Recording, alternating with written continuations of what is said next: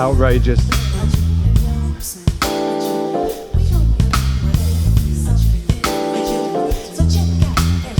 How old were you when you heard this for the first time? High school or just into college. When this dropped in the UK, every single bass player in the UK freaked out. Upper semitone. Outrageous. I've heard it now, like, it's so cool. Oh, there's so many things. The restraint, right? Well, so if anybody doesn't know, right, check it out. So was this released in 1997? I should have looked. Anyway, guys, let us know in the comments when this was released. I think it was around 97. That could be a lie. But put it on the audience. Just when was it released, guys? Exactly. Yeah, let us know. Somebody in the audience will be like, oh, I know. Let us know. I think it was 1997. The album is Erykah Badu live. Yeah. And the band, it's a trio. A keys player, drummer, who was Fuji Bell. Yeah. And then I'm so guilty now because I don't know the keys player. Again, put it on the audience. Who was the keys player?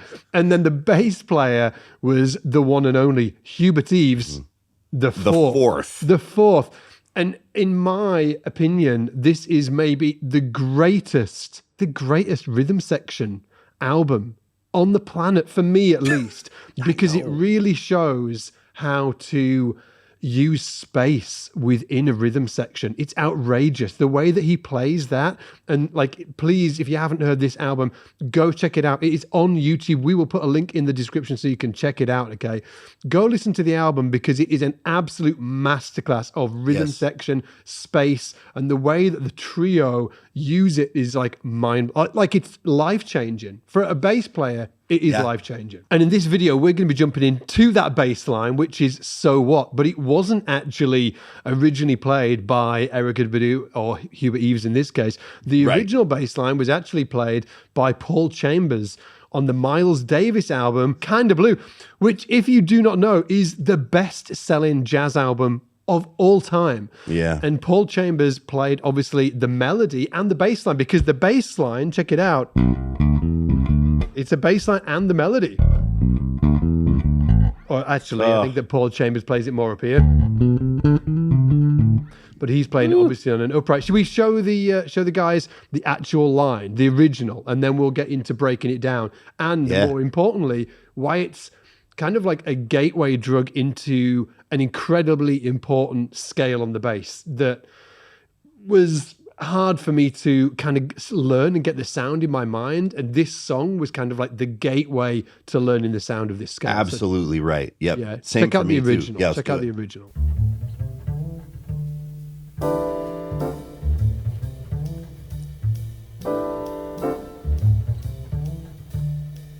Oh, I love that slide up to the E.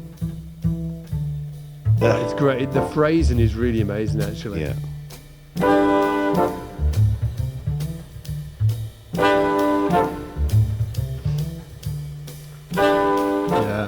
Bill Evans on piano, Cannonball Adderley as well. Then it moves up that semitone to the E flat. So if you haven't heard this, guys, it's like as the Hubert Eaves version as well. This is in D Dorian minor, minor, and then it moves back here.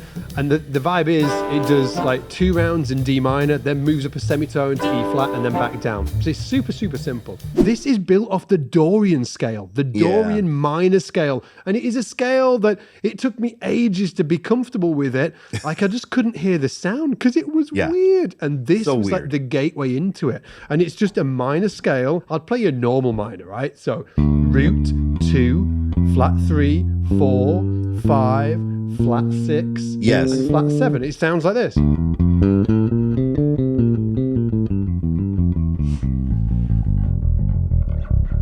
Right? Like the minor scale. But the Dorian minor scale has got this vibe. Oh, that's so strange. Right? The natural 6th. It's got a natural 6. And when I heard minor, I always heard flat 6. When I played that, I was like, oh, it sounds weird. But then, as I was saying earlier, when I heard that, I was like, oh. now it makes sense. That sound made sense. So it's a great melody to learn.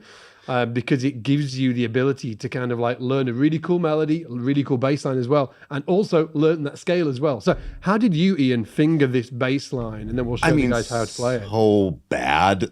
Probably in the beginning. I don't even remember, but I know that, like, you know, starting it here, right? Thinking about getting it here.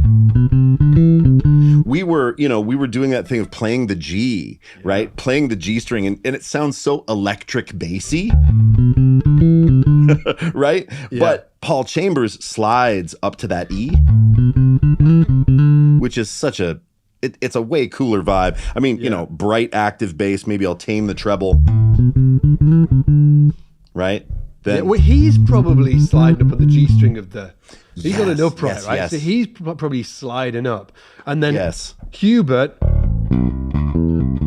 he's probably playing it down here. But when you play it up here, let's say you're on a 4-string, it's a bit zizzy on that G string. And especially if you do a slide to that top note. Okay, it sounds so much cooler. Like, and just to let you guys in on a secret of Ian and mine's, and Sean Hurley as well, we were all having, was it Sean or was it John Button who were talking to? I think both. Was it both? And yeah. we were all like having this conversation, and somebody dropped into somebody was like, don't G strings sound nasty? What? Bro, what are you talking about, man? And like in many ways, you know, they kind of do. And we were talking about getting, and it's just because it sounds so thin, doesn't it? Yeah, you hear the sizzle of it. Yeah. In certain contexts, I think it's fine before we get completely burnt to death in the comments, right? How dare you? Right. I live for the G string. It's something to bear in mind, you know, when you're figuring out how to play these things. Sometimes the obvious choice isn't the actual perfect choice for the line. I think that's what I'm trying to say. That when we were looking at the fingering, it's actually, that's like the perfect fingering. Of course, yes. Because it's all under the hand, but that's going to sound cooler, which is why the example I always use is Carol Kay. She actually played it up here. And she played it on 2 strings. Of the sound. Right. Yeah, she played it on 2 strings and made that huge leap.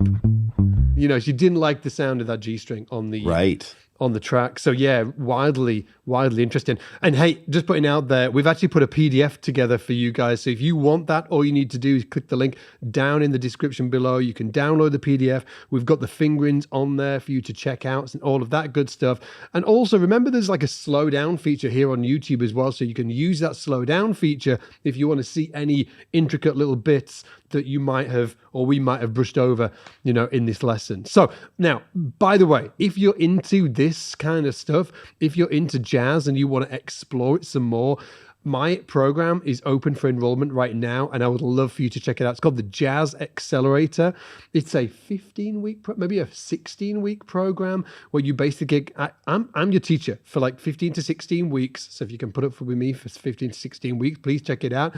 But the deal with the Jazz Accelerator is that it's a really specific framework that I created that is, I find really awesome for getting people into playing jazz. It's based on 3 specific standards, very popular jazz standards. And then we use a specific framework on each of the standards. First, we look at the harmony of the actual, like, how do these chords work? And then also how to play those chords on the bass. Yes, actual chords like,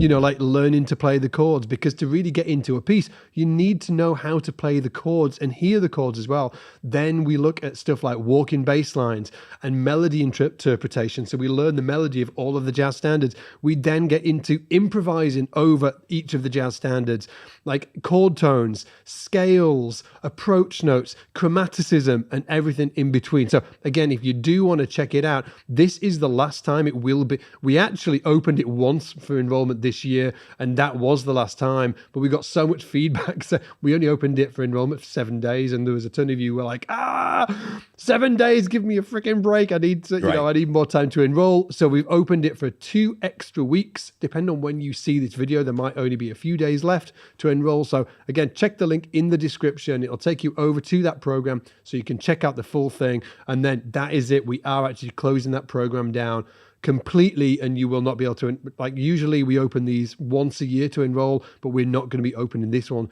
to enroll ever again. It is going to be closing down. So check it out. Links in the description. Now, Ian, what else do we need to cover in this lesson? I mean, let's just dive into that line a little bit, right? The original, of course, is going to be Paul Chambers with Miles Davis playing it on an upright. But I think, you can try to palm mute, but really just getting the line under your fingers. And then, right, we have this. And then we have that little articulation, so cool. So 2 rounds of that, and then all that happens is the whole thing just shifts up a semitone, right? Yes. So now you just take it up to E flat, right? Yeah. Same thing. Then you get this. And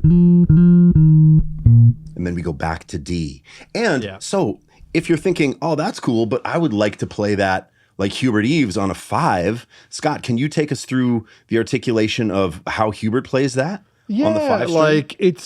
Like I can't play it like Hubert because Hubert's just outrageous. An animal. Is an animal, yeah. Like, oh my word, Hubert, I love you. I love you, man. It's like just dirty. It's like grime is. Yes.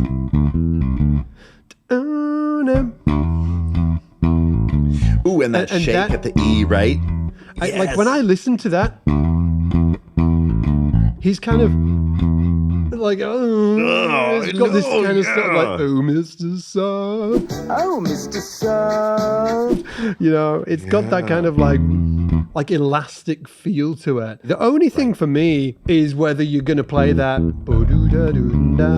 Are you going to play it on that D string? For me, it's not as offensive as playing zing, zing, zing. The G. Yeah, right. Like, that sounds cool, but like, I love that. Let me just listen to him play it once more because it's absolutely outrageous.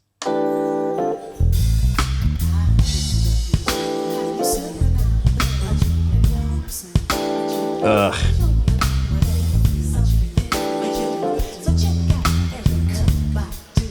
That's zoom da da bop. Yeah, right. But it's like he's using MTD, I think, on that. And it's actually, for me, it doesn't sound like, sometimes when I listen to an MTD, it kind of screams MTD, that sound, like you're like, oh, it's obvious. Super bright. Super bright. For me, I don't know about you, does it scream MTD to you? It doesn't for me. Like, it does definitely scream like fat, active 5-string bass. Yeah. But it like, doesn't you seem hear like the zing. Scooped. Yeah. Yeah, right. You hear the zing on top, but it has all this bottom. It's just mixed so beautifully too. I mean, I feel like when we went back and we're checking out this together, we were both just on Reverb looking for MTDs. Dude, for like 4 weeks. 4 weeks. This is great. Yeah. Hey, did you notice I had a little cheeky bass change here real quick? I thought I'd show you too. You're there swapping it out. Yeah, what's going on, dude? Well, I just thought too, like, there's something about an old sounding instrument, like, and trying to mitigate that brightness. So for Hubert Eaves vibe, you want that brightness. It's that modern active thing. But, I remember getting a bass like this. This is a 68 Jazz with flats, and thinking about playing it palm muted. Right? It's just a completely different sound. Right? Yeah. Just complete. Is that just neck pickup on that? Yeah. Yeah. Just neck pickup, tone roll back a little bit. Actually, it was a little bit of a blend, but on a jazz bass, when you roll that pickup off, it pretty much just dumps it. Yeah, right. So yes, it's mostly neck pickup, tone about halfway. Oh, I'm trying to get that that string, that low string, not to ring. There we go. Right? And that to me is a sort of a fun way. It doesn't sound like an upright at all. I'm still embracing the fact that this is an electric bass. I'm never trying to like, oh, I'm going to fool you to make this sound like an upright. I don't love that. But it sounds kind of like more of a muted palm muted vintage electric bass. And that's one way I like to approach that when I'm playing it. I love it, man. I love it. Dudes, if you like this video, let us know what you want. Like, we do these all, like, I'm sure that you've got the memo, right? We're doing this as a really cool series, one of the greatest bass line ever. We always have somebody in the comments say, you've done one of these before. And like, no shit, dude, it's a series. But anyway, if you've got any recommendations for the greatest bassline ever series that we're doing, put them down in the comments below. Remember that we've got a tab and notation PDF put together for you. You can grab that in the description and check out the Jazz Accelerator as well, my 15-week program that is open for enrollment for the last time ever. So if you want to check that out, again, the link is in the description below. And other than that, we'll see you in the shed. Take it easy.